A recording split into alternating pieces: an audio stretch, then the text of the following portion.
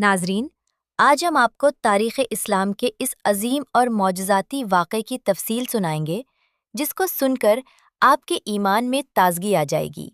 یہ واقعہ غزوہ خندق کے ان کٹھن دنوں کا ہے جب تمام کفار عرب نے متحد ہو کر مدینہ منورہ کا محاصرہ کر لیا تھا۔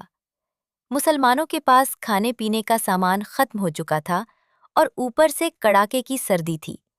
صحابہ کرام رضی اللہ عنہم فاقوں کی حالت میں شہر کے گرد خندق کھود رہے تھے۔ اس شدید بھوک کا عالم یہ تھا کہ صحابہ نے اپنے پیٹ پر ایک ایک پتھر باندھ رکھا تھا۔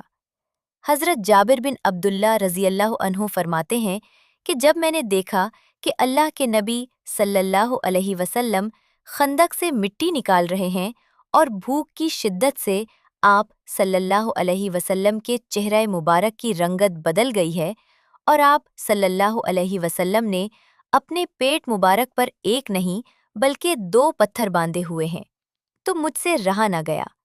میرا دل خون کے آنسو رونے لگا۔ میں فوراً دوڑتا ہوا اپنے گھر پہنچا اور اپنی اہلیہ سے پوچھا کہ اے اللہ کی بندی، گھر میں کچھ کھانے کو ہے؟ میں نے حضور صلی اللہ علیہ وسلم کو ایسی حالت میں دیکھا ہے کہ اب مجھ سے صبر نہیں ہوتا۔ اہلیہ نے جواب دیا کہ گھر میں صرف 1 سا یعنی تقریباً 2.5 کلو جو کا آٹا ہے اور بکری کا ایک چھوٹا سا بچہ ہے۔ میں نے جلدی سے بکری کو ذبح کیا اور گوشت کو ہانڈی میں چڑھا دیا اور میری اہلیہ نے جو کا آٹا گوندھنا شروع کیا۔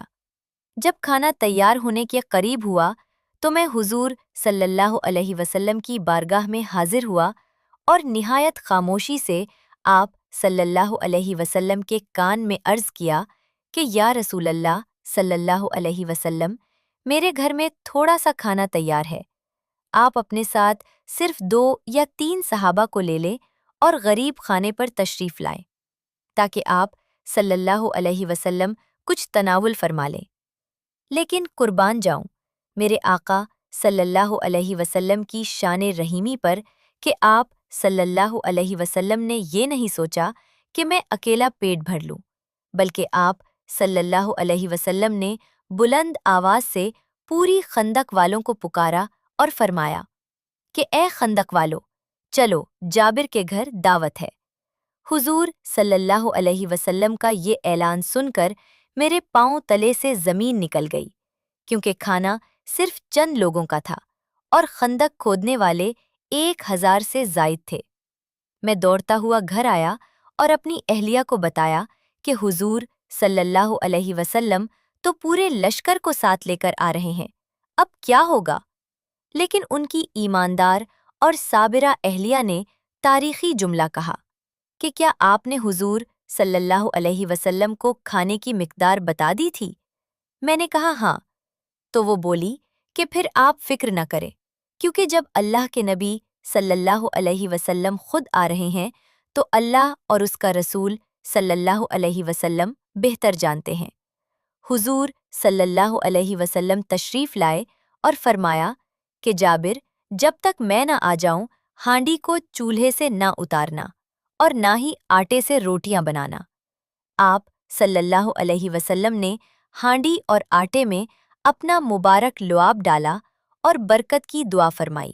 پھر آپ صلی اللہ علیہ وسلم نے صحابہ کے 10 کے گروہ بنائے اور فرمایا کہ آتے جاؤ اور کھاتے جاؤ۔ معجزہ یہ ہوا کہ 1000 صحابہ نے سیر ہو کر کھانا کھایا۔ گوشت ختم ہوتا تھا، نہ آٹا کم ہوتا تھا۔ جب سارا لشکر پیٹ بھر کر چلا گیا تو جابر رضی اللہ عنہ نے دیکھا کہ ہانڈی اب بھی بھری ہوئی تھی اور آٹا بھی ویسے کا ویسا ہی تھا۔